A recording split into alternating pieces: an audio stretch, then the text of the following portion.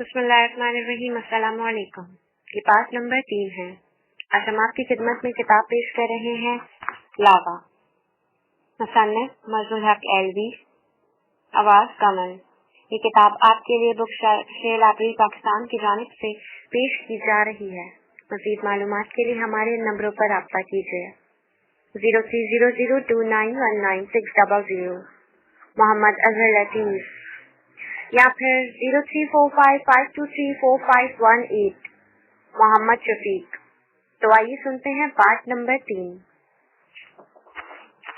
وہ جو رومانوں سے بات چیت کرے گی اور اگر ضرورت ہوئی تو بحث مباحثہ کر کے اس سے کہے گی کہ وہ ٹریسی کی ماں کے حق میں اپنی طرف سے صفائی پیش کر کے محرومہ پر جو دھوکہ دہی کا الزام لگایا گیا تھا اسے صاف کر دے۔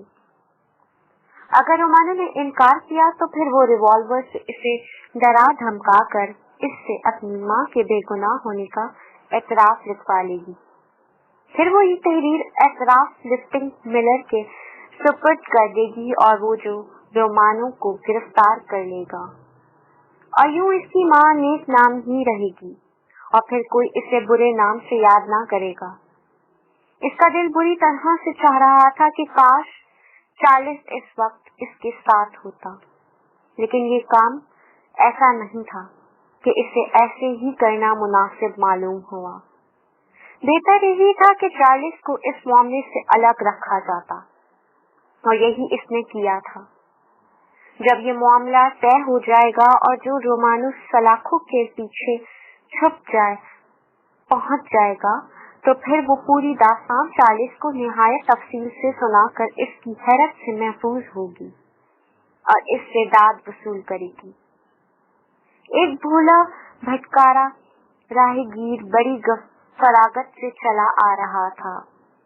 ٹریسی منتظر کھڑی رہی یہاں تک کہ راہ گیر آگے بڑھ کر اندھیرے میں ڈوب گیا۔